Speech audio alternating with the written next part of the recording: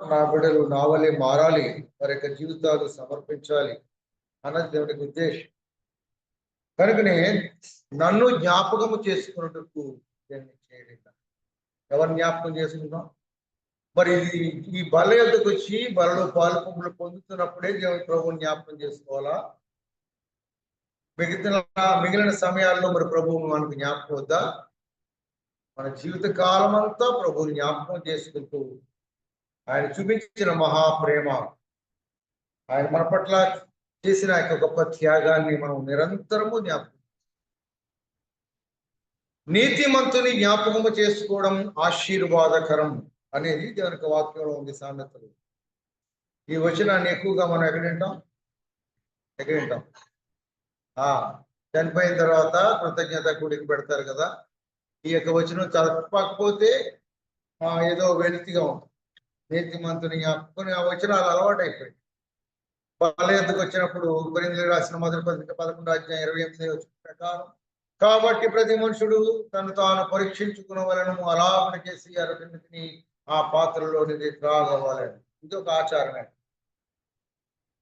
కాబట్టి ప్రతి మనుషుడు అంటే బల యొద్దకు వచ్చినప్పుడే మనల్ని పరిశీలన చేసుకోవడమా ఏంటి అసలు? ఈ బల యొద్దకు వచ్చినప్పుడు మనం పరిశీలన చేసుకుని మిగిలిన జనాలన్నీ కూడా మన ఇష్టానుసారంగా మనం వెళ్తున్నామా?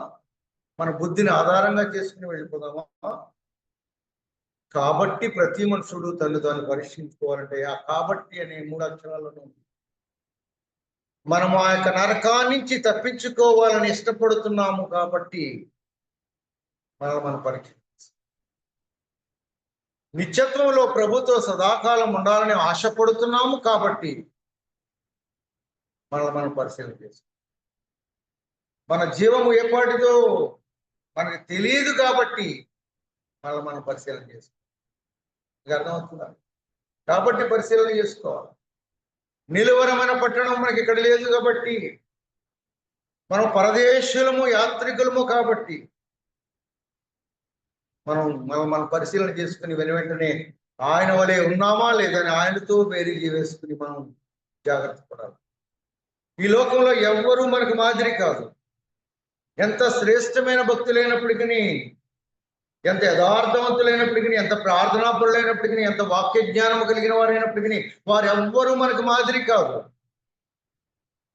నన్ను జ్ఞాపకం చేసుకోవడానికి ప్రభువైన యేసుక్రీస్తు వారి లోకంలో ఎందుకు వచ్చాడంటే ఒక శ్రేష్టమైన విషయం, నీకు నాకు మాదిరిని చూపించడానికి వచ్చాడు. నశించిన దాన్ని వెతికి రక్షించడానికి మనుష్య కుమారుని లోకానికి వచ్చాడని మాట నిజమే, కానీ ఇది కూడా ఒక కారణం. ఈ లోకంలో నేను ఆయన వలె మారాలని, ఆయన మాదిరిని చూపించడానికి వచ్చాడు. మీరు నా వలె జీవిస్తే నిత్యత్వంలో మీకు స్థానం ఉంది.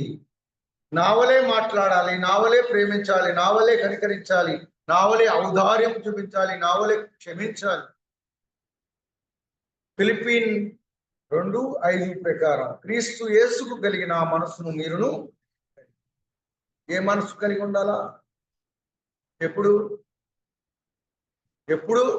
ఈ బల దగ్గరికి వచ్చినప్పుడేనా? ఈ బల దగ్గరికి వచ్చినప్పుడేనే దాన్ని మనం సంపాదించుకోవడం. ఎప్పుడు ఈ భూలోక జీవిత యాత్రలో నేను ఈ భూమిని విడిచి వరకు ఎలాంటి హృదయం కలిగి ఉండాలా? క్రీస్తు యేసుకు కలిగిన ఆ మనసు.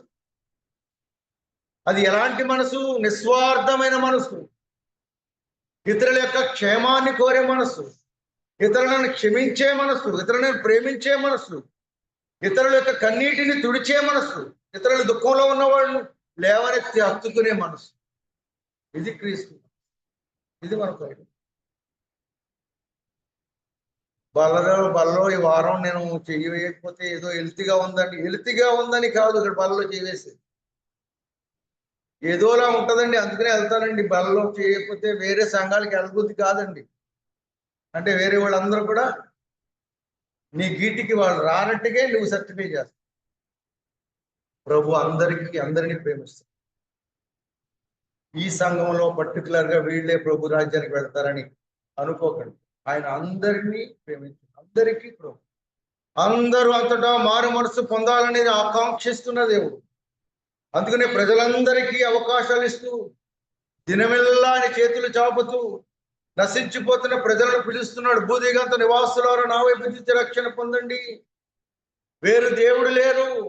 ప్రయాసపడి భారం మోస్తున్న సమస్తమైన వారులారా నా యొద్దకే రండి, నేను మీకు విశ్రాంతినిస్తాను. రండి, మనం వివాదములు తీర్చుకుందాము. మీ పాపములు కెంపువలే ఎర్రని హిమవలే మారుస్తాను. రండి. ఆహ్వానిస్తున్న దేవుడు. ఆహ్వానిస్తున్నాడంటే అవకాశం ఇస్తున్నాడు అని అర్థం. ఈ దినాన్ని ఆయన రక్త శరీరాలు నీతో నాతో మాట్లాడుతున్నాయి. ఆయనకు అవకాశం ఇస్తున్నాడు. దీన్ని మనం అర్థం చేసుకుందాం. సరే, కాబట్టి మనం పరిశీలన చేసుకోవాలి. ఇతరులను ఎవరిని పరీక్షించడానికి నీకు నాకు అర్హత లేదు. ఎవరిని ఏలెత్తి చూపించుమా, ఎవరిని పరిశీలన చేద్దామని, ఇతరులకు నేను మార్పులు వేద్దామని ఆలోచన చేయసుమా. ఎందుకంటే మన బ్రతుకును మనం సరి చేసుకోవడానికి, పరీక్షించుకోవడానికి మన దినములు మనకు సరిపోవు. మనం చిన్న జీవ ప్రమాణము కలిగిన వారం, చిన్న జీవితము, చిన్న బ్రతుకు మంది. మనల్ని మనం క్రమపరచుకోవడానికి, మనం సరి చేసుకోవడానికి, ఆయన వెళ్ళి మారడానికి, తపన పడడానికి ఈ చిన్న జీవితంలో మన దినములు సరిపోవు. కాబట్టి వేస్ట్ చేయొద్దు. వేరే వారిని చూపించడానికి, వేరే వారిని పరిశీలన చేసుకోవడానికి, వారిని అర్హతలు అనర్హతలు గమనించడానికి మనకు పని కాదు, మన పని కాదు. ఎవరికి మీరు తీర్పు తీర్చే పని కాదు. ఒకవేళ తీర్పు తీర్చుకుంటే నీకు నీవే తీర్చుకో, నిన్ను నీవే చూసుకో. ప్రభువును ముందు పెట్టుకుని ఆయన వల్ల మాట్లాడగలుగుతున్నానా, ఆయన వల్ల చేయగలుగుతున్నా, ఆయనే మనకు మాదిరి. భక్సింగ్ గారు కాదు సుమా, మరొక భక్తుడు మనకి మాదిరి కాదు. ఒక శ్రేష్టమైన ప్రత్యక్షతను మనకు చూపించాడు, అంతవరకే భక్సింగ్ గారు. దానిలో కూడా సరైన విధానంలో మనం నడవలేకపోతున్నాం, అనుసరించలేకపోతున్నాం. మనకు మాదిరి నీకు నాకు మనందరికీ మాదిరి ప్రభువైన యేసుక్రీస్తు వారు. మనకు మరొకరు అక్కర్లేదు. కాబట్టి ఈ సమయంలో రక్షింపబడిన మనకు ఆత్మీయ క్షేమాభివృద్ధి కొరకే ఏది అవసరమో ఏది అనవసరమో మనం తెలుసుకోవాలి. మనకి ఏది అవసరం, రక్షింపబడక మునుపు చాలా అవసరాలు ఉన్నాయి. చాలా రకాలుగా జీవించాం.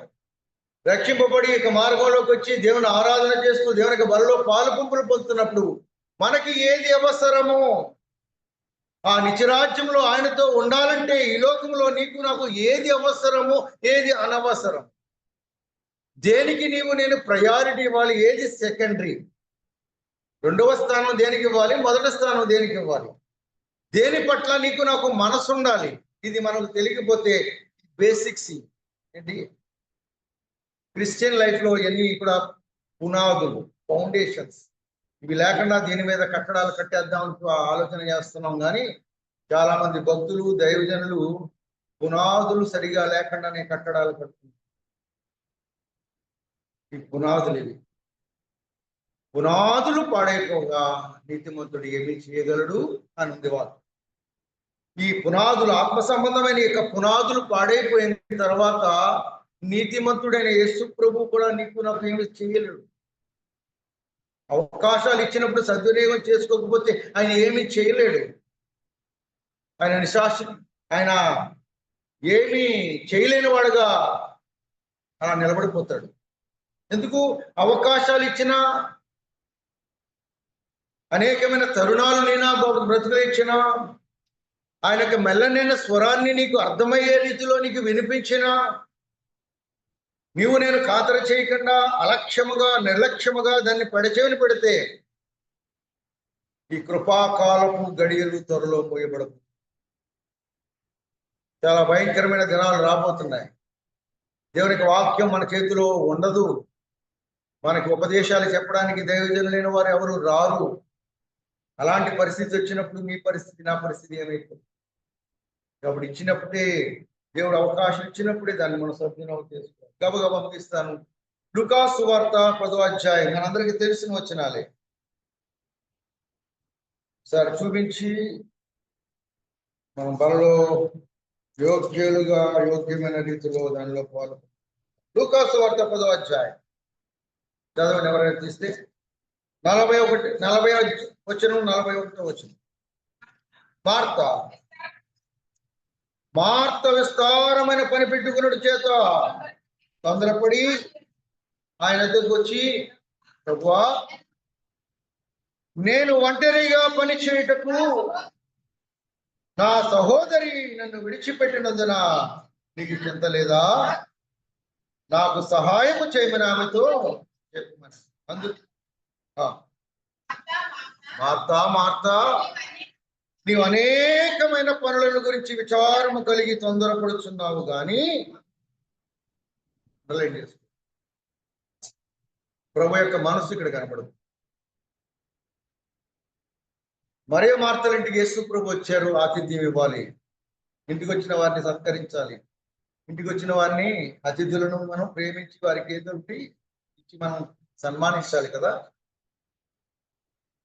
ఒక సందర్భంలో బెతనీ గ్రామంలో ఉన్న మరియా మార్తల ఇంటికి ఆయన వచ్చిన సందర్భంలో భక్తులు చెప్తారు, ప్రభువైన యేసుక్రీస్తు వారి శరీరధారిగా ఉన్న దినాల్లో బెతనీకి వచ్చినప్పుడు 8 సార్లు వచ్చాడంట. 8 సార్లు కూడా మరియా మార్తల ఇంట్లోనే ఉన్నాడు అంటారు. ఎందుకంటే ఆ కుటుంబంతో ఆయనకి మంచి పరిచయం ఉంది.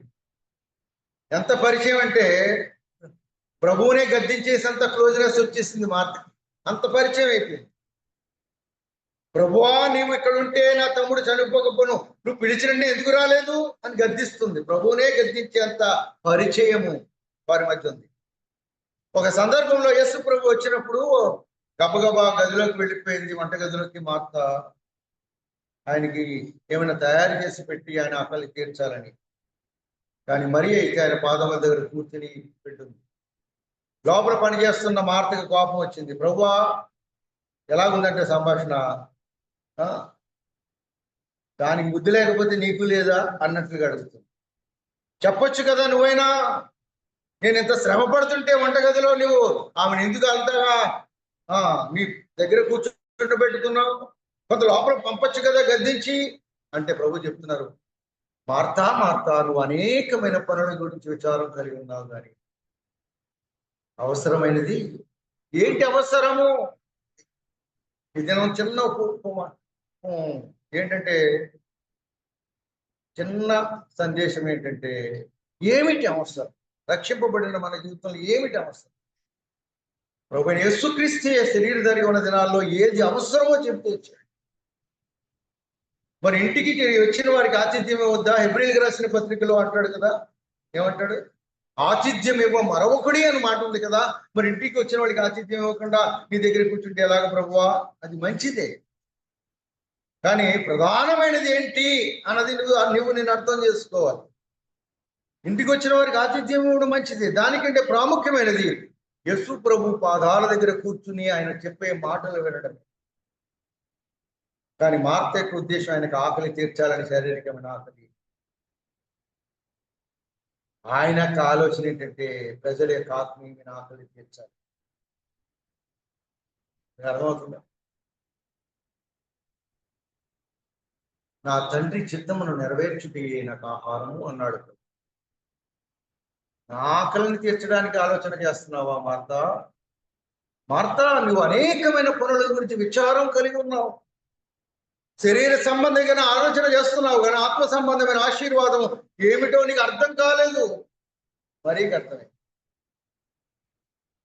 వాళ్ళ సొంత రక్త సంబంధులైనప్పటికీ ఒక సహోదరికి అర్థమైంది, ఒక సహోదరికి అర్థం కాలేదు. అర్థమవుతుందా? అందుకని ప్రభు చెప్తున్న అవసరమైనది ఒకటే. ఆశలు వేరు, అవసరాలు వేరు కదా. ఎక్కువగా మనం దేవునికి సన్నిధికి వచ్చి ప్రార్థన చేసేది శరీర సంబంధమైన ఆశలను నెరవేర్చుకోవడానికి వరకే ప్రభు దగ్గరికి ఎక్కువగా గడుపుతాం, 90%. ఆత్మ సంబంధమైన అవసరత కొరకు ప్రభు దగ్గరికి వచ్చే సమయాలు తక్కువ మన బ్రతుకుల్లో. ప్రభువా, నేను ఎక్కువ ప్రార్థనా జీవితాన్ని కలిగి ఉండలేకపోతున్నాను, నీతో సమయం గడపలేకపోతున్నాను. ప్రభువా, నీ పరిచర్యలో నా యొక్క సమయాన్ని వెచ్చించలేకపోతున్నాను, నాకు సహాయం చేయవా అని నేను ప్రార్థన చేసే సమయాలు తక్కువ. మన ఆశలను నెరవేర్చుకోవడానికి ప్రభు దగ్గరికి వచ్చే సమయాలు ఎక్కువ. ఈ లోకంలో అన్నిటికంటే మానవుని యొక్క జీవితం పతనమైపోవడానికి గల కారణము ఆశే. గౌతమ బుద్ధుడంట బోధ వృక్షం, ఏం వృక్షం అది? ఏ చెట్టు కింద ఆయనకి జ్ఞానోదయం అయిందంట? చెట్టు కింద జ్ఞానోదయం అయింది. మనిషి యొక్క ఆశలే మనిషి యొక్క పతనానికి కారణము అన్నాడు.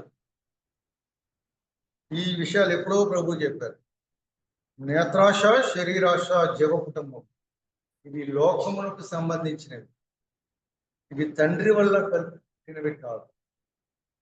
వీటిని మనం జయించాలి అన్నాడు. మనం దినదినము వీటిని జయించకుండా ఆ రాజ్యములోనికి నీకు నాకు ప్రవేశం లేదు అని చెప్పాడు. కాబట్టి జయించే ప్రక్రియలోనే నీవు నేను ముందుకు వెళుతున్నాం. వాటిని జయించాలి. అసలు ఇక బల్ల ఎవరి దగ్గర ఎవరికి అనుగ్రహించబడింది అని నిశ్చితంగా ఆలోచన చేయబడితే ఆది కాండంలో కొంతమంది రాజులను జయించిన అబ్రహాముకు ఎదురుగా రొట్టె ద్రాక్షరసం వచ్చింది. ప్రధాన యాజకుడు అబ్రహాము దగ్గరికి జయించి వస్తున్న అబ్రహాము, సొదొమ రాజు ఏం తీసుకొచ్చాడు? ఆ ప్రధాన యాజకుడు ఏం తీసుకొచ్చాడు? మెల్కీసెదెకు రొట్టె ద్రాక్షరసం తీసుకొచ్చాడు. అర్థం ఏంటంటే, జయించి వస్తున్న శత్రు సైన్యాలను జయించి వస్తున్న అబ్రహాముకి రొట్టె ద్రాక్షరసము ఎదురు వెళ్ళింది. మనకు ఈ యొక్క శ్రేష్టమైన బలలో పాలు కుంపులు పొందాలంటే జయించగలిగిన వారికి బలలోని శ్రేష్టమైన ఆశీర్వాదాలు. జయించకుండా మన బ్రతుకు మనమే బ్రతుకు ఇష్టానుసారంగా మనం జీవిస్తూ ఈ బలలో చెయ్యి వేసి కళ్ళగంతుకుని తీసేసుకుంటే, అది ప్రసాదవంతం భావించి తీసుకుంటే ఏ ప్రయోజనం లేదు. జయించి వారిని కొనిపోవా ప్రభు యేసు వచ్చి. జయించిన వారికే ఏం జయించాలి? నేత్రాశ, శరీరాశ, జీవ కుటుంబములను జయించిన వారు యోగ్యులే ఈ బలలో చేయవేయగలిగితే ప్రభు యొక్క అపారమైన ప్రేమ త్యాగాలను జ్ఞాపకం చేసుకుంటూ యోగ్యులుగా నీవు నేను అందులో చేయవేయగలిగితే అందులో నీ కొరకు నా కొరకు గుప్తపరిచిన ఆత్మ సంబంధమైన ప్రతి విధమైన ఆశీర్వాదం దేవుడు ఇవ్వడానికి దీన్ని ఇచ్చాడు తప్ప ఇది ఆచారం ఎంత మాత్రం కాదు. ప్రతిదినము ప్రతి ఇంట రొట్టె విరుచు అవకాశం ఉంటే ప్రతి దినము ఇవ్వడానికి దేవుడు అనుమతించాడు.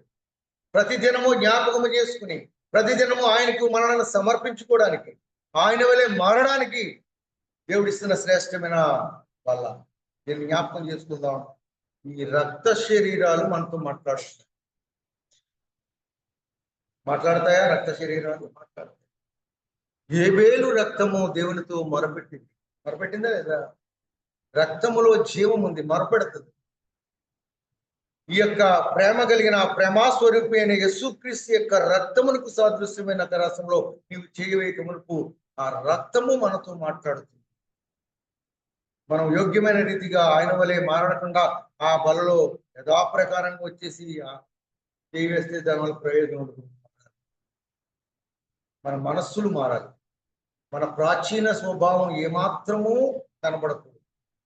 మన నవీన స్వభావం కలిగిన వారమై దానిలో పాలు కుంపులు పొందితే దానిలో ఆశీర్వాదం మనకు.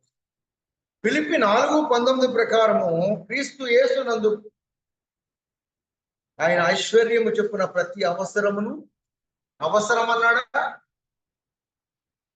ప్రతి ఆశను తీరుస్తానన్నాడు. క్రీస్తు యేసునందున్న ఆయన ఐశ్వర్యములో మీ ప్రతి అవసరము తీర్చబడుతుంది. నిరాశపడకండి.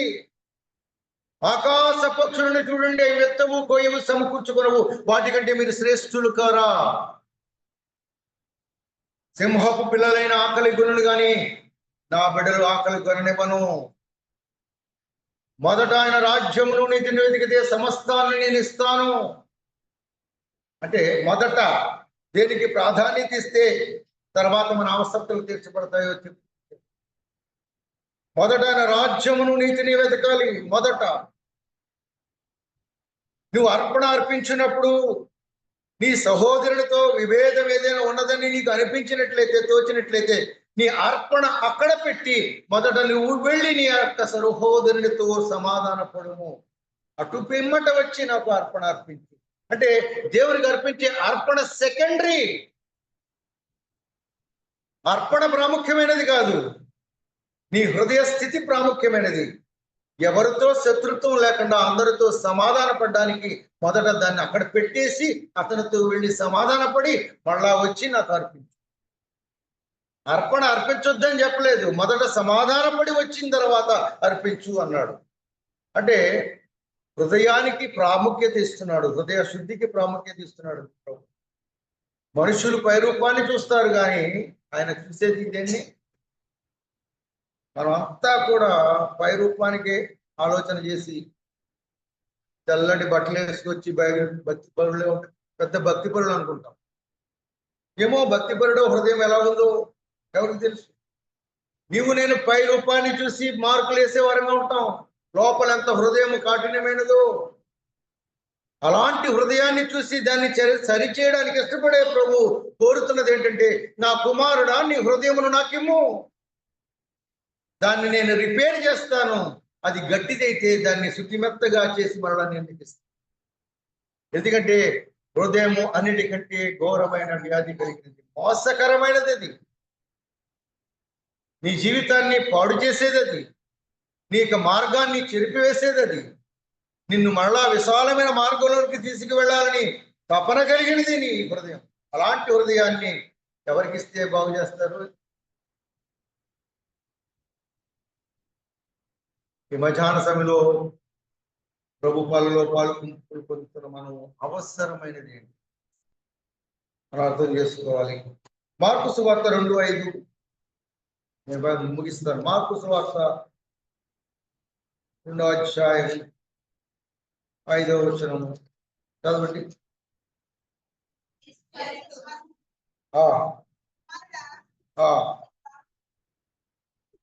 కుమారుడా నీ పాపములు క్షమింపబడి ఉన్నవని పక్షవాయువు గల వానితో ఏంటంటే ఇక్కడ జరిగింది ఏంటి అని చెప్పింది. ఒక ఆయన పక్షవాయువుతో ఉన్నాడు. ఆ ప్రదేశంలో కపెర్నహూములో ఒక ఇంటిలో ప్రభు బోధిస్తున్నారంట. ఒక ఇల్లు గృహకూడికి పెట్టుకున్నారు ఒక ఆయన. ఆయన వెళ్ళారు బోధిస్తున్న సందర్భంలో ఆయన గురించి తెలిసిన వారందరూ కూడా, చుట్టుపక్కల వారందరూ కూడా పిలవకపోయినా వచ్చేసారు ఆయన బోధ వినడానికి. ఆయన మాటలు ఎంతో ఉపశమనమిస్తున్నాయి, ప్రజలకి ఎంతో ఆదరణిస్తున్నాయి.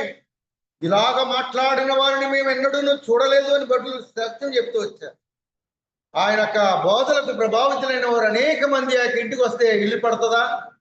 ఇంట్లో ప్యాక్ అయిపోయారు, లోపలికి వెళ్ళడానికి అవకాశం లేదు. అలాంటి సందర్భంలో పక్షవాయువుతో ఉన్న వ్యక్తిని తీసుకొచ్చారు, మోసుకుని తీసుకొచ్చారు సహాయకులు. ఆగాలి కదా, అది క్రమమేనా? బోధిస్తున్నాడు, బోధ అయిపోయిన తర్వాత ఆయన బయటికి ఎలాగ వస్తాడు? వచ్చినప్పుడు ఉందామనుకున్నారు వాళ్ళు. తప్పన అవకాశము ఏమో, ప్రభు మళ్ళీ అటు నుంచి అటు వెళ్ళిపోతే మిస్ అయిపోతామేమో, ఇంటి పైకి ఎక్కేసి తప్పుడు ఇప్పేసి మరి ఎలా చేశారో అది నాకు ఆ యొక్క పరిస్థితిని ఆలోచన చేస్తే, ప్రభు ఇక్కడ నిలబడ్డారు, పైన కప్పిస్తుంటే ఈ పెంకన్న పడితే ఏమైపోదు? తల మీద పడుతుంది కదా. ఎలాగ దింపారో, మంచం అంత స్పేస్ చేసి దింపారంటే నాకు ఆశ్చర్యం. దాన్ని ఆలోచన చేస్తే చాలా ఆశ్చర్యం అవుతుంది. వాళ్ళు అంతగా తాపత్రయపడి ప్రభు ముందుకు తీసుకురాగలిగారు తాళ్లతో కట్టి. ప్రభు మనసును ఎరగండి. గతకాలంలో దేవుడు ఒక వర్తమానం ఇచ్చారు, క్రమమా కనికరమా. నేను మాట్లాడుతూ వచ్చాను చాలా సందర్భాలు. క్రమమా కనికరమా? అది క్రమమేనా? పైనుంచి దింపడం క్రమమేనా? ప్రభు వచ్చేవారికి ఆగాలి కదా, మర్యాద ఇవ్వాలి కదా. అడ్డంగా పాసాలు కోసేసి ఖాళీ చేసేసి ప్రభు దగ్గరికి దింపడం ఏంటి? ఇదేంటి పరిస్థితి? ఆయన కోప్పడతాడేమో అనుకున్నారా? ఆయన కోప్పడ్డా? మాటనే అన్నాడండి. ఏంటి ఇలాగ కొద్దిసేపు ఉంటే నేనే వద్దును కదా బయటికి, ఎందుకంత తొందరపడతారు? నేను ఎక్కడికి వెళ్ళిపోయేవాడిని, మీ మధ్య ఉన్నవాడిని కదా అన్నాడా? లేదు కదా. వెంటనే వారి యొక్క విశ్వాసమును చూసి ప్రభు ఆశ్చర్యపడుతూ చెప్పిన మాట, వాళ్ళు వచ్చిన సందర్భం దేనికి? పక్షవాయువుతో ఉన్న వ్యక్తిని స్వస్థపరుస్తాడు ప్రభు అనుకుంటే ఆయన చెప్పిన మాట ఏంటి? యేసు వారి విశ్వాసమును చూచి, కుమారుడా ఈ యొక్క విశ్వాసము నేను స్వస్థపరుతుంది, పైకి లేగు అన్నాడా? కొన్ని సందర్భాల్లో అన్నాడు, ఈ సందర్భంలో అన్నాడా? ఏమంటున్నాడు? యేసు వారి విశ్వాసం, కుమారుడా నీ పాపములు క్షమింపబడ్డాయి. అంటే పాపములు క్షమించబడడం ప్రాముఖ్యమైనదా? స్వస్థత ప్రాముఖ్యమైనదా? గమనించండి. పాపములు క్షమించబడడం ప్రాముఖ్యమా, లేకపోతే స్వస్థత ప్రాముఖ్యమా? పాపములు క్షమించబడడమే ప్రాముఖ్యం. అదే దాని గురించే ప్రభు ఆ ప్రజలందరికీ తెలియజేయడానికి ఆ మాట పలుకుతూ వచ్చాడు. పరిశుద్ధాత్ముని చేత ఆ మాట ఇక్కడ ఎందుకు రాయించాడు? మనమందరము తెలుసుకుంటామని మన కొరకు రాయించాడు ఆ వృత్తాంతం. అర్థమవుతుందా మీకు? ఏది ప్రాముఖ్యము? పాపములు క్షమించబడడం అనేది ప్రాముఖ్యం, అది అవసరము. తర్వాత ఆటోమేటిక్గా స్వస్థత తర్వాతది. నేను ఎప్పుడు చెప్తాను,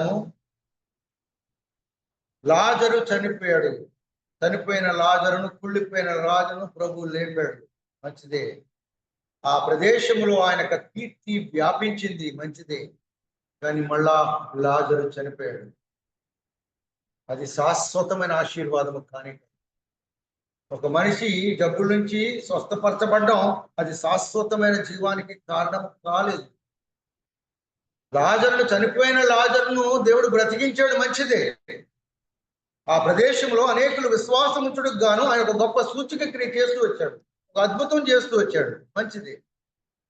కానీ అది శాశ్వతమైన ఆశీర్వాదానికి కారణము కాదు. మళ్ళా లాజరు చనిపోయాడు. శాశ్వతమైన ఆశీర్వాదం ఈ ఆత్మకు సంబంధించిన ఆశీర్వాదం. దీనిని మనం పొందుకోవాలంటే యోగ్యులముగా ఆ బలలో చెయ్యి వేయాలి అన్నది దేవుడు మాట్లాడుతున్నాడు. మరొక వచనం, రాజుల 2వ గ్రంథం 5వ అధ్యాయం. రాజుల 2వ గ్రంథం 5వ అధ్యాయం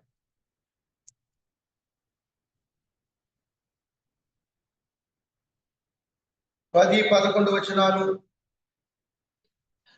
ఎలీషా, నీవు యోర్దాను నదికి పోయి 7 మారులు స్నానము చేయము, నీ ఒళ్ళు మరలా బాగై నీవు శుద్ధుడగుడు అని అతనితో చెప్పుటకు ఒక దూతను పంపాను.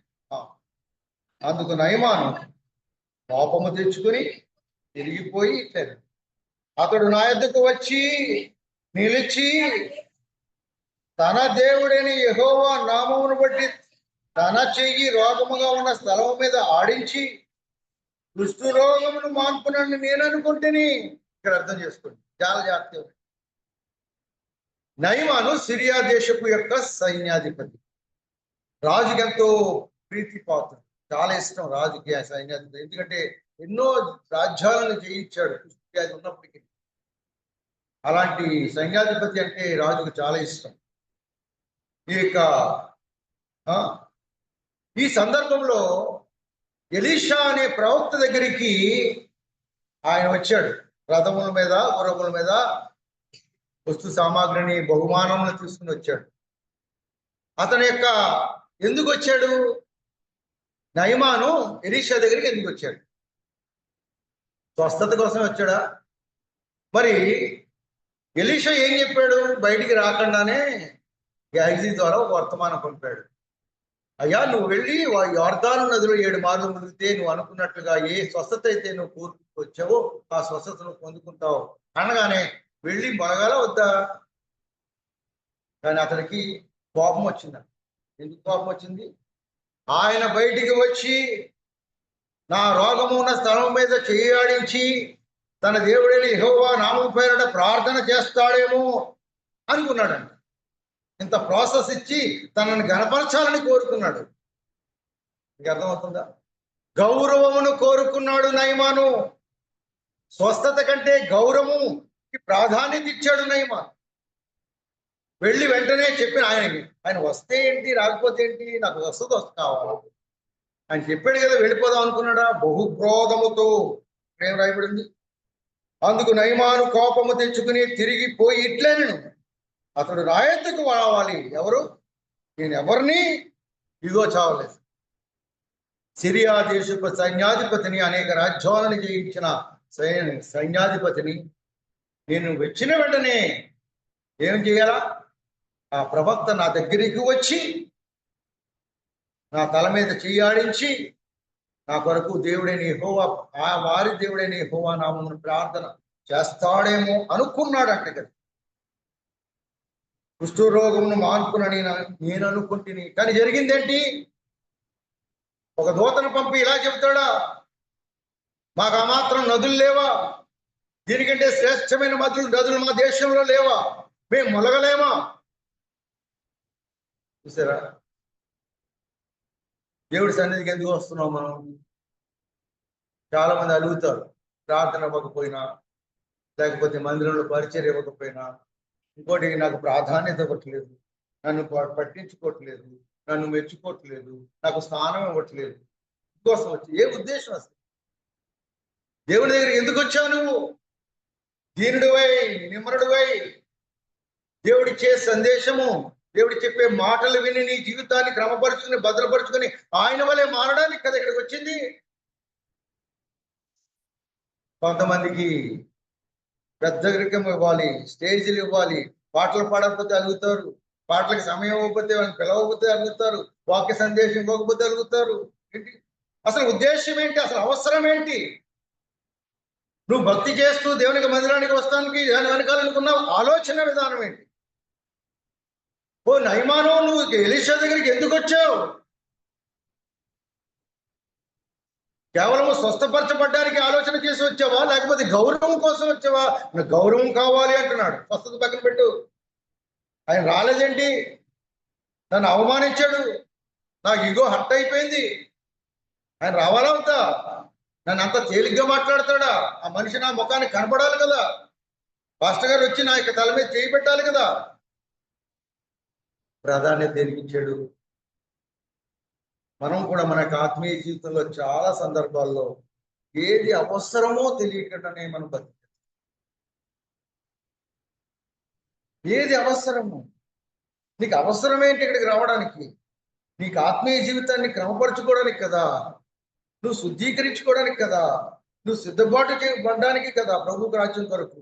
నీకు అధికారం ఎందుకు? నీకు స్థానం ఎందుకు? నీకు ఆ కోరిక ఎందుకు? నీ ఆశలేంటి? నీ ఆశలు నెరవేర్చుకోవడానికి వస్తున్నావా? నీ అవసరమును ప్రభు, నీ యొక్క ఆత్మీయ క్షమాభివృద్ధి అయిన అవసరమును తీర్చుకోవడానికి వస్తున్నావా అన్నది మనం పరిశీలన చేస్తాం. అప్పుడు కూడా ఉన్న దాసుడుకున్న బుద్ధి అతనికి లేదు. ఏమండి, ఏంటి అంత కంగారు పడిపోతున్నారు, ఎగిరేస్తున్నారు, మీరు ఎందుకు వచ్చారు ఇక్కడికి? స్వస్థత పడడానికి వచ్చాను. మరి స్వస్థత పరచబడడానికి మిమ్మల్ని బరువులు మోయమన్నాడా, ఆస్తిపాస్తులు తెమ్మన్నాడా, బంగారం అడిగాడా, ఏమడిగాడు? నదిలోకి వెళ్ళి 7 మార్లు మొలవమన్నాడు, అంతే కదా. ఎందుకండి అంత కంగారు పడిపోతున్నారు, అంత రౌద్రులు అయిపోతున్నారు? ఆ దైవజనుడి మాట వినండి. అప్పుడు దగ్గర వెళ్ళి 7 మార్లు మునిగిన వెంటనే పసిపిల్ల దేహం వల్ల వస్తుంది.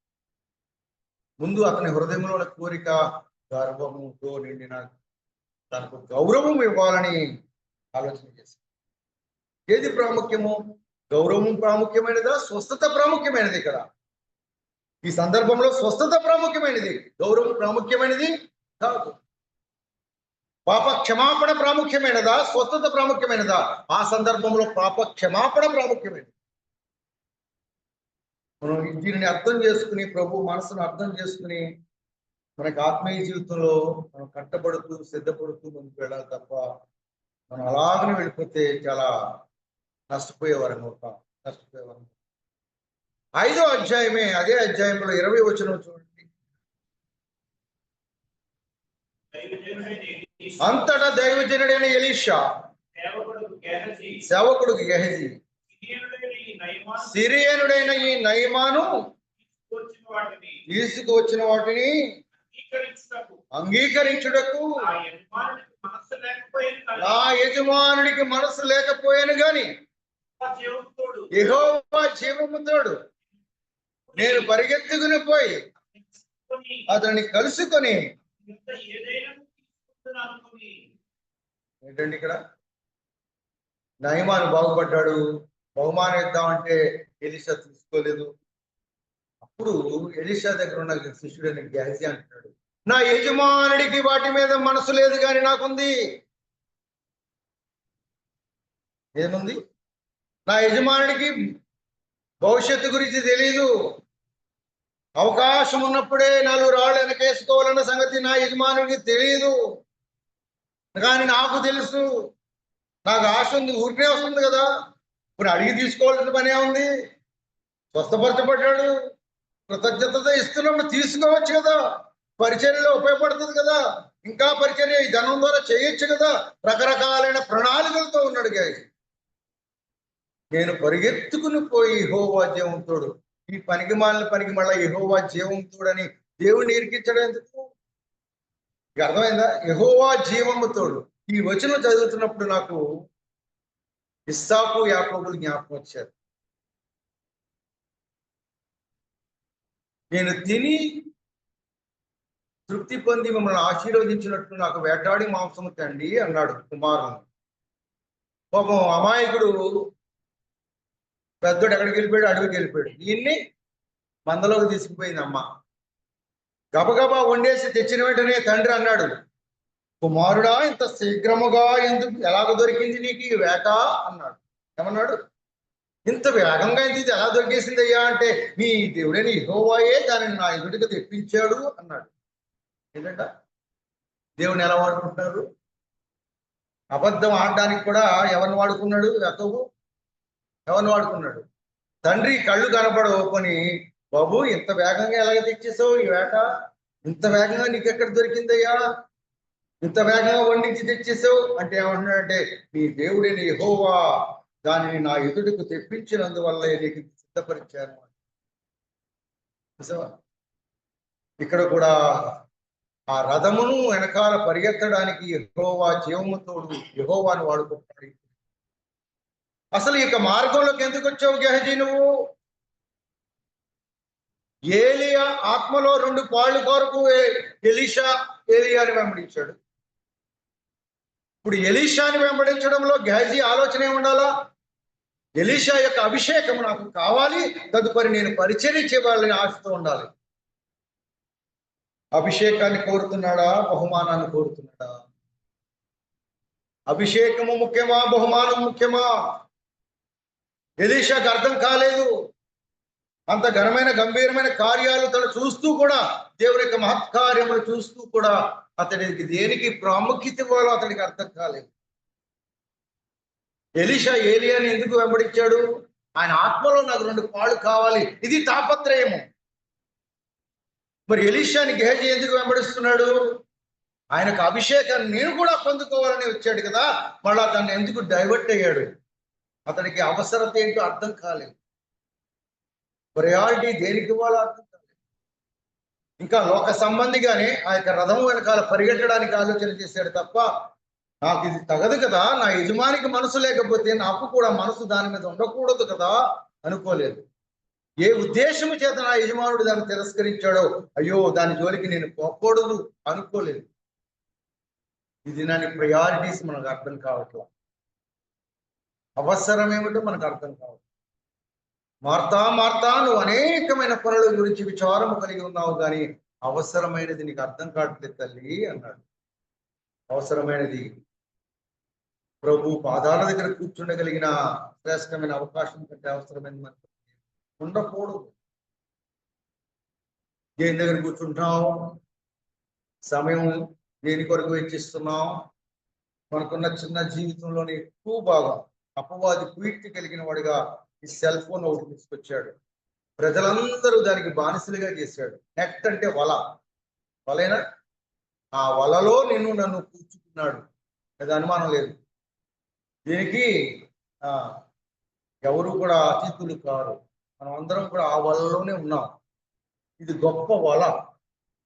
దేవునితో సహవాసం చేయడానికి, దేవుని యొక్క సన్నిధిలో కూర్చుని ప్రార్థించడానికి, నశించిపోతున్న ఆత్మల కొరకు కన్నీరు కార్చడానికి మనకు సమయం ఇవ్వకుండా దానినే పట్టుకుని దాని వైపే చూస్తూ మనం వ్యర్థంగా జీవిస్తాం. ఒక సహోదరి ఉందంట, మరి మీకు చెప్పాను లేదు, తను లేక లేక గర్భవతి అయింది. సిజేరియన్ అయింది ఆవిడకి. సిజేరియన్ అయిన తర్వాత చక్కటి బిడ్డను ప్రసవించింది. మత్తిస్తారు కదా సిజేరియన్కి, మత్తు ఇంకా వెళ్ళలేదు. పక్కనే దూరంగా ఉయ్యాల్లో బిడ్డ ఉంది. నర్సు ఆ బిడ్డ పక్కనే కూర్చుని ఉంది. ఈలోగా మత్తు విడిచింది. మెల్లగా కళ్ళు తెరుస్తూ పక్కన తడువుకుంటుంది. ఇలాగ ఏంటి? పక్కన తడువుకుంటుంది. పాపం నర్సు అనుకుంది బిడ్డను నవమాసాలు మోసింది కదా, తన బిడ్డను కళ్ళారా చూసుకోవాలని తల్లికి ఉంటుందా, ఆ బిడ్డ కోసమే తడువుకుంటుంది కదా అని బిడ్డను తీసుకొచ్చి ఆ తల్లి పక్కన పడుకుని, అమ్మా అమ్మా అచ్చం మీ పోలికేనమ్మా, చక్కని బిడ్డమ్మా ఆడబిడ్డమ్మా అని చెప్తుంటే, అది కాదు నా సెల్ ఫోన్ ఇది అంటుంది. నా సెల్ ఫోన్ ఇక్కడ పెట్టాను. దారుణమైనది. ఇది మనకు కొంచెం నవ్వు తెప్పిస్తుంది కానీ యథార్థమైన పరిస్థితి ప్రస్తుత కాలంలోనే జరుగుతుంది. నవమాసములు మోసి ప్రసవ వేదనతో బిడ్డను కన్న తల్లికి ఈ దినాన్ని బిడ్డ మీద మనసు దేనికి ప్రాముఖ్యత ఇచ్చింది? దేనికి ప్రాముఖ్యత ఇచ్చింది? ఉదయం లేచినట్టునే నేను వాట్సాప్ ఓపెన్ చేస్తున్నావు, ఫేస్బుక్ ఓపెన్ చేస్తున్నావు తప్ప బైబిల్ ఓపెన్ చేయాలనే మనసు అనుకుంటుందా? పరీక్ష, వ్యక్తిగతమైన పరీక్ష. దేనికి ప్రాధాన్యత ఇస్తున్నావు? ఉదయకాలం పడకపై నుంచి నేను లేవడం దేవుని యొక్క దయ కదా, ఆయన భిక్ష కదా. మరొక దినం చూడడానికి దేవుడు నాకు అవకాశం ఇచ్చాడు కదా, ఆయన పాదముల మీద పడదామనే మనసు మనకుందా? ఏమో మీకుందేమో, నాకు లేదు. ఇక్కడ నిలబడేదో చెప్తున్నాను కానీ నాకు లేదు. యథార్థంగా చెప్తాను. పొద్దున్నే లేచి ఆయన పాదాల మీద పడదామనే మనసు నాకు. ఎందుకు? దేని మీదకి లాగేస్తుంది? ఏమైనా మెసేజెస్ వచ్చేయేమో, ఏమైనా వాట్సాప్స్ వచ్చేయేమో, వాక్యాలు అయితే ఉండవచ్చు, దాని మీద మనసు తప్ప దేనికి ప్రాధాన్యత ఇవ్వాలో రక్షింపబడిన వ్యక్తికి దినాన్ని అర్థం కావటం లేదు. మార్తా మార్తా, నువ్వు అనేకమైన పనుల గురించి విచారము కలిగి ఉన్నావు, కానీ అవసరమైనది ఒకటే. మరి ఉత్తమమైనది ఏర్పరచుకుని నువ్వు అది ఆమె వద్ద నుండి తీసివేయబడుతున్న నిశ్చయముగా నేను చెబుతున్నాను. ఉత్తమమైనది ఏమిటి? దేవుని యొక్క సన్నిధి, దేవుని యొక్క పాదాలు.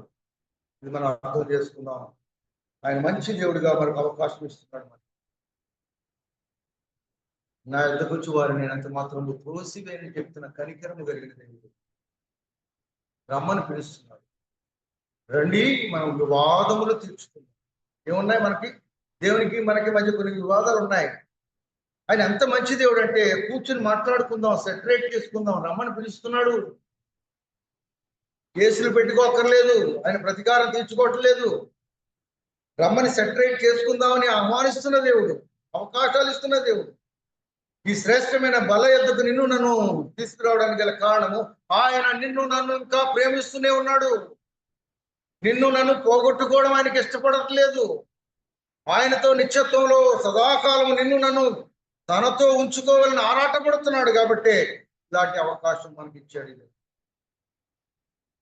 యథార్థముగా మనం ఒప్పుకొని, మన బలహీనతను ఒప్పుకొని విడిచిపెడితే మనం కనికరింపబడతాం. దాన్ని కప్పుకొని దాచిపెడితే మనం రక్షించే నాదుడు మరొకడు లేడు. ఆయన అద్వితీయుడైన దేవుడు. ఆయనే రక్షించాలి, ఆయనే అప్పుని చేర్చుకోవాలా, ఆయనే కాపాడాలా, ఆయనే నీ కన్నీటిని తుడవాలా, ఆయనే నీ మనస్సును ఎరిగిన వాడు. ఈ లోకంలో ఎవ్వరు నిన్ను అర్థం చేసుకోలేకపోవచ్చు, కానీ నీ కొరకు తన ప్రాణమును పెట్టిన ప్రేమమయుడైన యేసు ప్రభువు నిన్ను అర్థం చేసుకుంటాడు. నన్ను ఎవ్వరూ అర్థం చేసుకోవట్లేదండి. మానవుని యొక్క భేద ఇది. నేను ఎంత ప్రేమించినా వారు నాకు వ్యతిరేకంగానే ఉన్నారండి. ఎంత చేసినా, ఎన్ని మేలుడు చేసినా నాకు వ్యతిరేకంగానే అయిపోతున్నారండి. వారు ఎవరు నన్ను అర్థం చేసుకోవట్లేదండి. విచారించవలసిన పని లేదు. నిన్ను అర్థం చేసుకునే దేవుడు, శాశ్వతమైన ప్రేమతో ప్రేమించే దేవుడు, ఈ హృదయాన్ని చూసే దేవుడు, ఆ హృదయాన్ని సరైన విధానంలో ప్రభువుకు సమర్పించగలిగి యథార్థ హృదయమై ఆయనకి సమర్పించగలిగి అవసరమైనది ఏంటో ఈ యొక్క ఆత్మీయ జీవితంలో నువ్వు నేను ఎరగగలిగితే, దాని కొరకు ప్రయాసపడగలిగితే ధన్యులం. నాకు కృపా దేవుడు మనందరికీ అనుగ్రహించుగాక.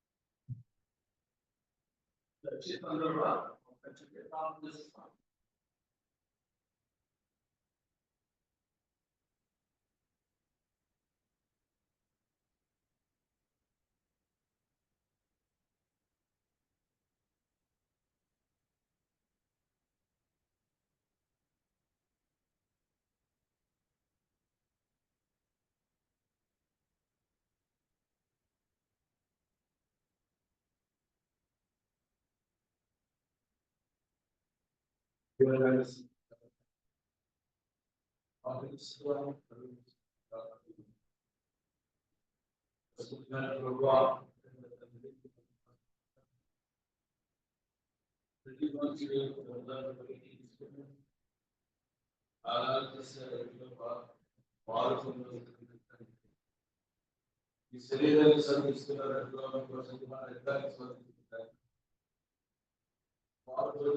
ఆత్మీయంగా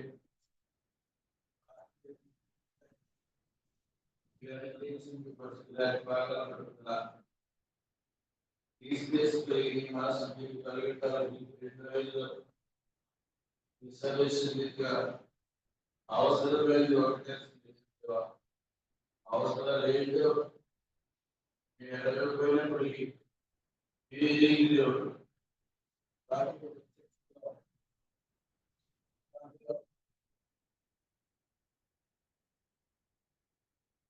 పరీక్షించుకోవడానికి సహాయం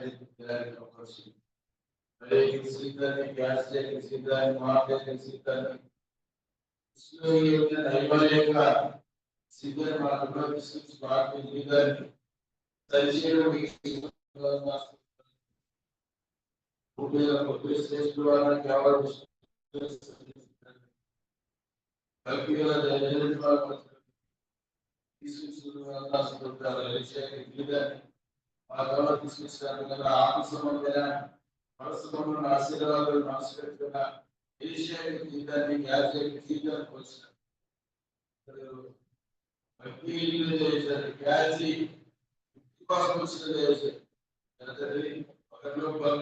మనసుపెట్టుకున్న దేవుడు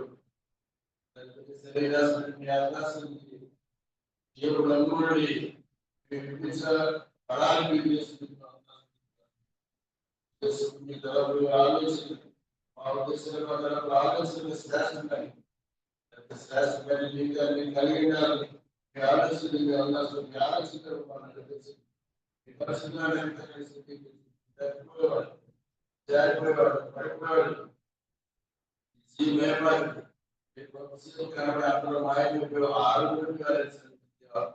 ఇలాంటి ఆరోగ్య జీవితాన్ని ప్రేమిస్తుంది శాశ్వతంగా ప్రేమిస్తున్నాను చూస్తున్నాను మీ కుటుంబం మీ పరిణామం మీ జ్ఞానం మీ ధ్యానం మీ దేశాన్ని దయాలు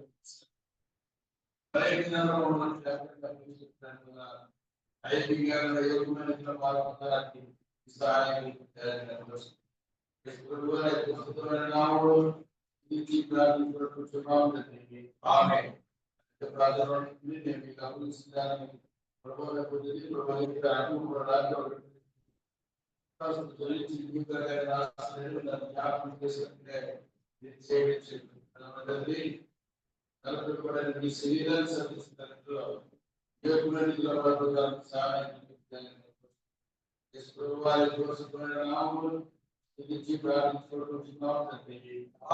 ఎవరైతే పాల్గొనాలి సరిగా ఉన్నారో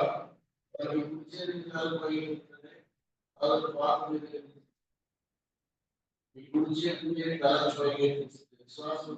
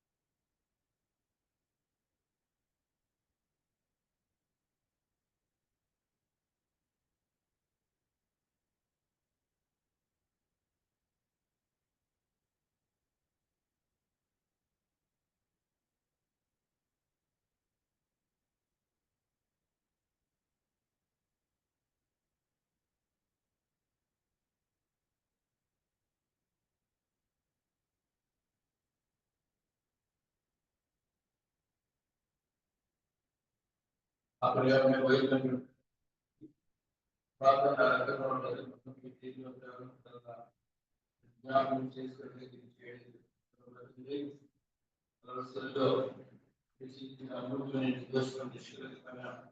పవిత్రమైన దేవుడిలో పాల్గొనడానికి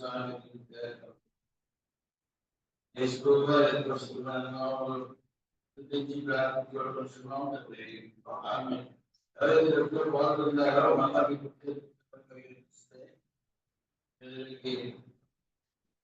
ద్రాక్షరసం తీస్తారు ఈ కుర్చీ పోయింది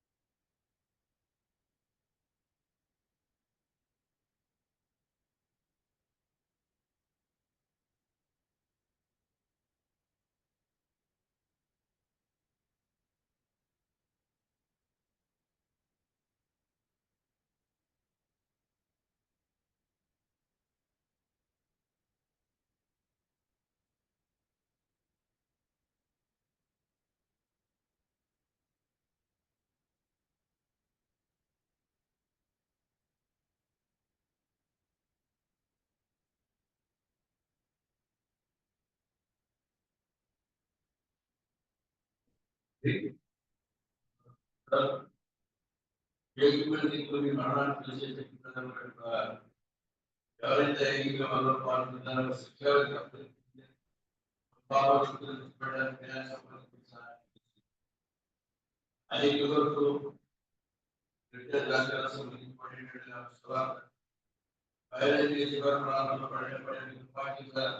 అనేకులకు విశ్వాసించి